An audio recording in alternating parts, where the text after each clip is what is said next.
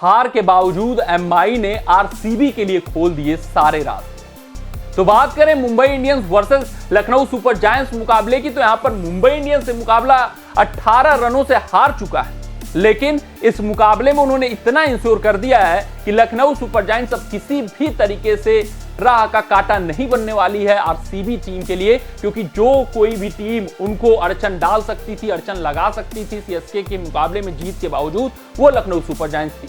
हालांकि लखनऊ को अपने नेट रन रेट को पॉजिटिव करने में बहुत ही बड़े अंतर से जीत अर्जित करनी थी, लेकिन करनी थी। और यहां पर मुंबई इंडियंस ने मात्र 18 रनों से यह मुकाबला हारकर इतना इंश्योर कर दिया कि लखनऊ सुपर जायंट्स का जो नेट रन रेट है वो पॉजिटिव में नहीं जाए, और ऐसा ही कुछ हुआ है। उनका नेट रन रेट -0.667 का है और अब वो पॉजिटिव में नहीं जा सकता। वहीं अगर हम बात करें इस मुकाबले की, तो मुंबई इंडियंस का जो सूरत हाल पूरे आईपीएल 2024 में रहा है, वही सूरत हाल इस मुकाबले में भी हमें देखने को मिला है। मुंबई इंडियंस अपने आप को पॉइंट्स टेबल में आखिरी पायदान पर पा रही है। मात्र 4 मुकाबले वो जीते हुए हैं, 10 मुकाबले हारे हैं, यानी कि आत्ममंथन का समय आ चुका है कि हार्दिक पांड्या को एमआई खेमे में लेना सही फैसला था या गलत फैसला था। उसके अलावा बुमराह के अलग इनके पास कोई गेंदबाज नहीं है। जब से मलिंगा ने साथ छोड़ा हुआ है, ऐसा लग रहा है इनके लिए सिर्फ और सिर्फ बुमराह बचे हुए हैं, और कोई गेंदबाज स्टैंड आउट करता हुआ नहीं दिख रहा है और कोई गेंदबाज रिस्पॉन्सिबिलिटी लेता हुआ नहीं दिख रहा है। फिर वहीं बल्लेबाजी विभाग तो सबसे लेट डाउन किया इस संस्करण में, और यही इनकी ताकत थी। अगर आप बल्लेबाजी विभाग पर फोकस करोगे, वहां आपको रोहित दिखेंगे, वहां ईशान दिखेंगे, नंबर 3 पर सूर्या दिखेंगे, 4 पर तिलक दिखेंगे, 5 पर हार्दिक दिखेंगे, फिर Tim David, Romario Shepherd, Jason Holder, Mohammad Nabi. इतनी घातक बल्लेबाजी लाइनअप दिख रही थी, उसके बावजूद यह बल्लेबाजी लाइनअप इतनी बुरी तरीके से विफल रहेगी, इतनी बुरी तरीके से फेल हो जाएगी, किसी ने नहीं सोचा था। ऑन द पेपर बहुत मजबूत मुंबई इंडियंस दिख रही थी, यानी कि अब आत्ममंथन का समय आ गया है, समीक्षा का समय आ गया है कि भैया गलती आखिरकार हुई कहां। क्योंकि इस बार टीम ऑन द पेपर बहुत मजबूत थी, बहुत सुदृढ़ थी, बहुत सशक्त थी, मगर फिर भी मुंबई इंडियंस आखिरी पायदान पर अपने आप को पा रहा है, यानी कि वो प्लेऑफ की लड़ाई लड़ते हुए भी नहीं दिखाई दी।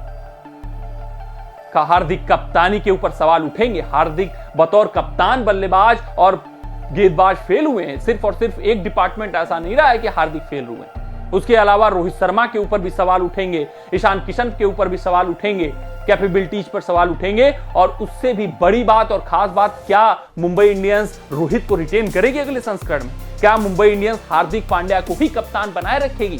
क्या मुंबई इंडियंस ईशान किशन को रिटेन करेगी, पीयूष चावला को रिटेन करेगी, या फिर क्वेडजे को रिटेन करेगी? क्योंकि भैया ये जो परफॉर्मेंस आया है यही दिखाता है कि ये कोई भी खिलाड़ी रिटेन कर लेना लायक नहीं है। सिर्फ और सिर्फ 2 खिलाड़ी मुंबई इंडियंस रिटेन कर सकती है अगले संस्करण के लिए, तो वो होंगे सूर्य कुमार यादव और जसप्रीत बुमराह। बाकी सब फेल दिखे हैं, सबने लेट डाउन किया है और कोई रिस्पॉन्सिबिलिटी लेता हुआ नहीं दिखा है। और सबसे बड़ी बात, इस बात पर आत्ममंथन होना चाहिए कि हार्दिक पांड्या को गुजरात टाइटंस से इस टीम में लाना सही फैसला था या गलत फैसला, वो उनको सही दिशा में लेकर जाएगा।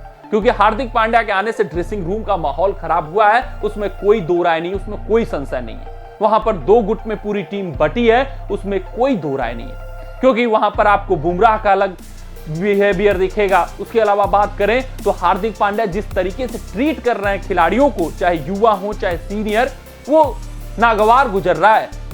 तिलक वर्मा को जिस तरीके से उन्होंने दोषारोपण किया कि ये हार का कारण रहे, वो सब चीजें सही तरीके से नहीं जा रही हैं एमआई खेमे में, और हसर हमें देखने को मिला है। तो देखना दिलचस्प रहेगा कि मुंबई इंडियंस आखिरकार क्या क्या आत्ममंथन करता है और क्या क्या फैसले लेता है। लेकिन पूरी तस्वीर आईपीएल 2024 में बदल गई एमआई की, और जो एमआई टीम बहुत खतरनाक दिखती थी, रोहित शर्मा किसी भी लड़ाके को लेकर प्लेऑफ तक तो पहुंच ही जाते थे, वो इस संस्करण में आखिरी पायदान पर खत्म किए। तो आत्ममंथन, आत्म विवेचन का समय आ चुका है।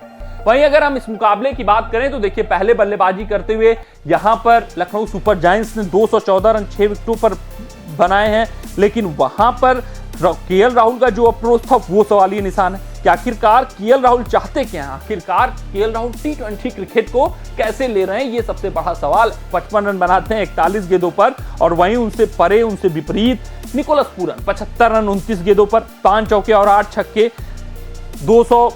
58 का स्ट्राइक रेट और केएल राहुल का स्ट्राइक रेट मात्र 134 का। ऐसी पिच पर यह दर्शाता है कि केएल राहुल को अपनी मानसिकता बदलनी होगी, टी20 क्रिकेट को टी20 लहजे से खेलना होगा। अगर हम गेंदबाजी की बात करें तो तुषारा ने 3 विकेट, चावला ने 3 विकेट और कोई भी गेंदबाज यहां पर सफल नहीं हो पाया है मुंबई इंडियंस के लिए। बल्लेबाजी में जरूर आज रोहित का बल्ला चला, 38 रन, 38 गेंदें, 68 रन, उसके अलावा कोई भी उनका साथ नहीं दे पाया। अंत में नमन धीर ने जरूर एक आतिशी पारी खेली, 62 रनों की 28 गेंदों पे 4 चौके और 5 छक्के, और मुंबई इंडियंस को लड़ाई में रखा। आरसीबी के लिए नमन धीर की पारी आप कह सकते हैं कारगर साबित रही, क्योंकि उन्होंने जो जीत का डिफरेंस था उसको बहुत ही कम कर दिया था। अगर हम बात करें गेंदबाजी की तो कुणाल पांड्या ने आज इंप्रेस किया, 4 ओवर में 29 पे 1, मोहसिन ने 4 ओवर में 45 पे 1, नवीन ने 4 ओवर में 50 पे 2 और रवि बिश्नोई ने 4 ओवर में 37 पे 2 विकेट निकाले हैं। तो ये पूरे मुकाबले का सूरत हाल रहा है। मुंबई इंडियंस आखिरी पायदान पर अपने आप को पा रही है और लखनऊ सुपर जायंट्स की भी जो कुछ उम्मीदें थी इस मुकाबले में खत्म हो चुकी हैं और वो प्लेऑफ से ऑफिशियल तौर पर बाहर हो चुके हैं। कमेंट सेक्शन में कमेंट करके जरूर बताइएगा कि मुंबई इंडियंस की हार का आखिरकार कारण कौन रहा है। मिलते हैं अगले रिपोर्ट में, तब तक आप अपना ध्यान दें, सुरक्षित रहें, स्वस्थ रहें, मस्त रहें। जय हिंद, जय भारत। अगर ये वीडियो आपको पसंद आया हो तो इसे लाइक और शेयर करें और क्रिकेट से जुड़ी अन्य जानकारियों के लिए हमारे चैनल को सब्सक्राइब करना ना भूलें।